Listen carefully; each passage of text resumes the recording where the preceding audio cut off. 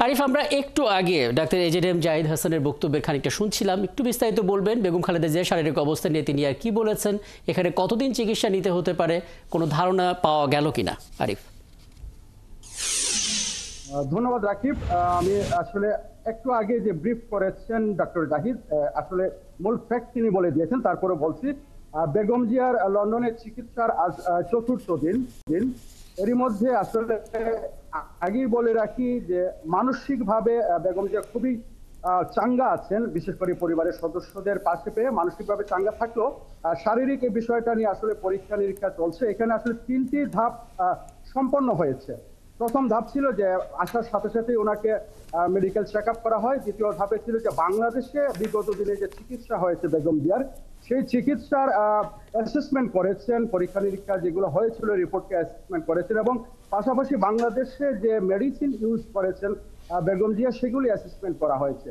পরবর্তীতে বেগম জিয়াকে আসলে এইখানকার ডাক্তাররা বোর্ড বসে তাকে আসলে ডায়াগনস্টিক যে টেস্টগুলো আছে, প্যাথোলজিক্যাল এবং কার্ডিওলজি সহ যে অন্যান্য টেস্টগুলো আছে সেগুলি করেছেন।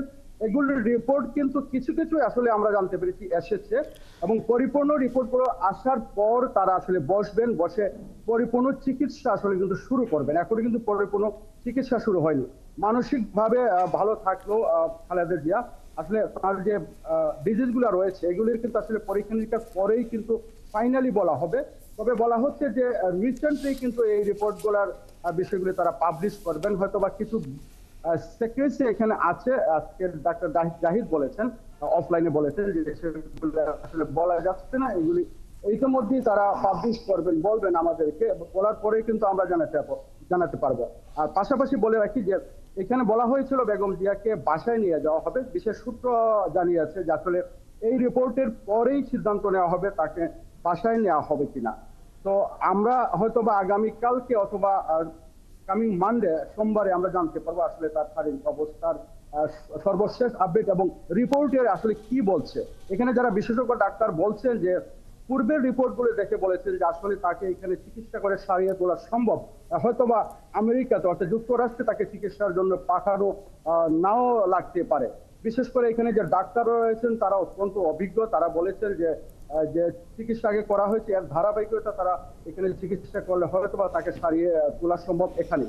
তো আমরা বুঝতে পেরেছি যে আসলে আমেরিকা যুক্তরাষ্ট্রে তাকে চিকিৎসার জন্য পাঠানো নাও লাগতে পারে। রাকিব, এই ছিল আমার কাছে সর্বশেষ তথ্য বেগম জিয়ার চিকিৎসা। জি, অনেকগুলো তথ্য জেনে নিলাম, সব পরিস্থিতি প্রস্তুত রাখা হয়েছে এবং এখন পর্যন্ত সব ইতিবাচক খবরই আপনার কাছ থেকে আমরা জেনে নিতে পারলাম। ধন্যবাদ। যুক্তরাজ্য থেকে যুক্ত হয়েছিলেন সহকর্মী আরিফ মাহফুজ।